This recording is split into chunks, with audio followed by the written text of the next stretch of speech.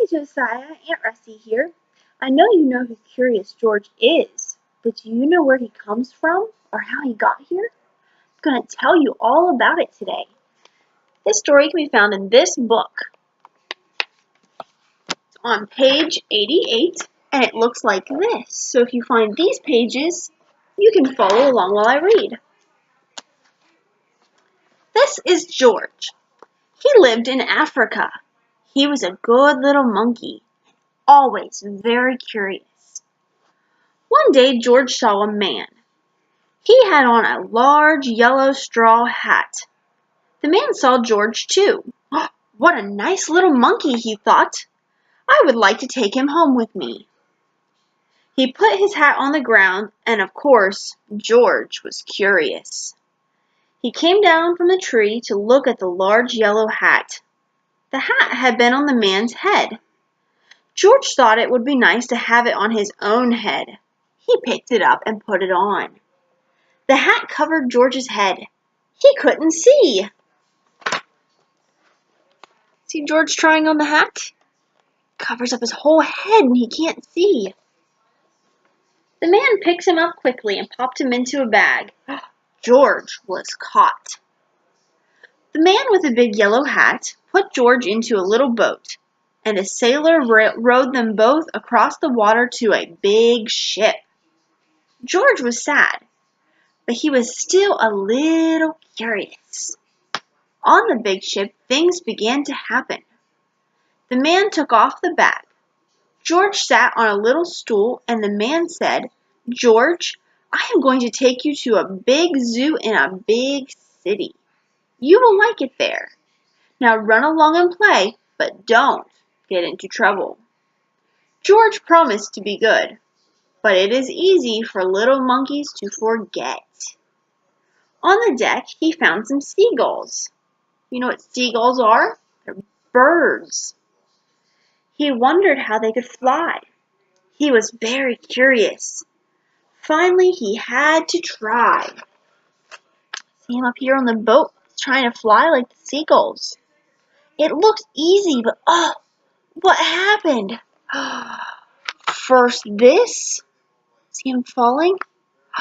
And then this. George fell into the water.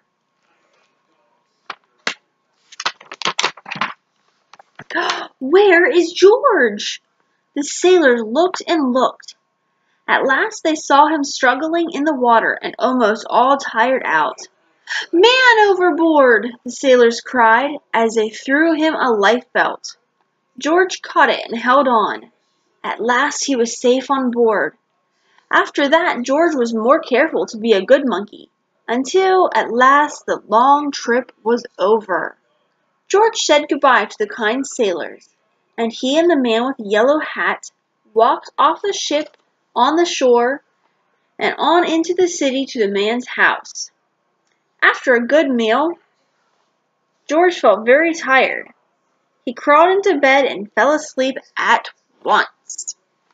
The next morning, the man telephoned the zoo. George watched him. He was fascinated. Then the man went away. George was curious. He wanted to telephone too. There's George up here with the telephone. 1, 2, 3, 4, 5, 6, 7. He's pushing buttons on the phone. Oh, what fun! Ding-a-ling, ding-a-ling. Guess who George called? He called the fire station with the fire trucks. The firemen rushed to the telephone. "Hello, hello," they said, but there was no answer. Then they looked for the signal on the big map that showed where the telephone call had come from. They didn't know it was George.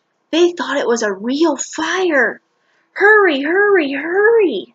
The firemen jumped onto the fire engines and onto the hook and ladders.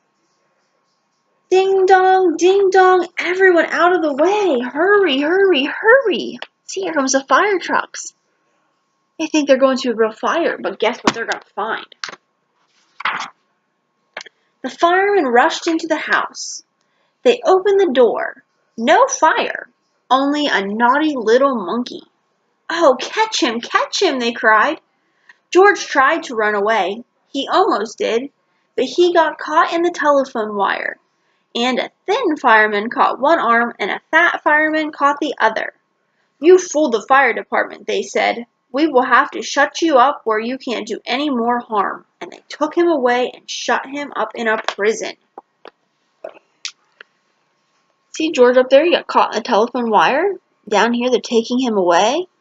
They're going to put him in prison up here. George wanted to get out. He climbed up to the window to try the bars. Just then, the watchman came in. He got on the wooden bed to catch George, but he was too big and heavy.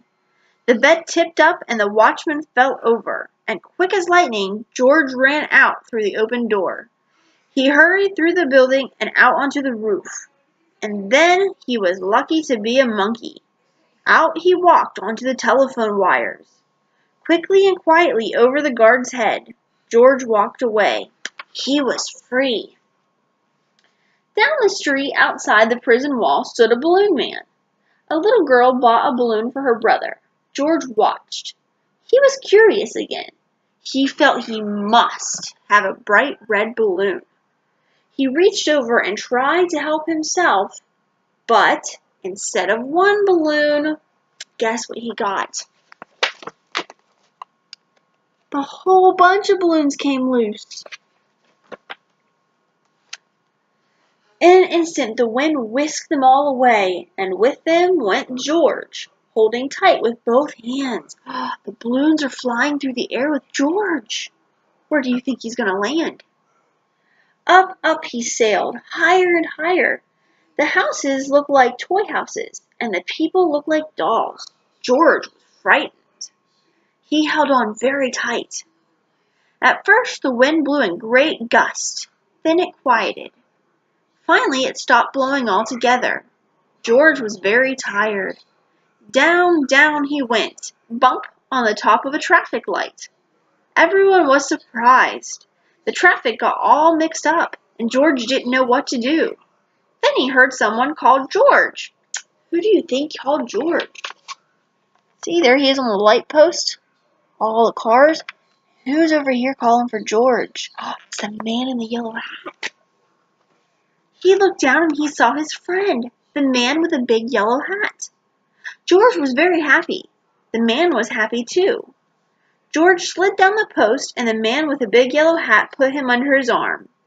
Then he paid the balloon man for all the balloons. Then George and the man climbed into the car and at last away they went to the zoo.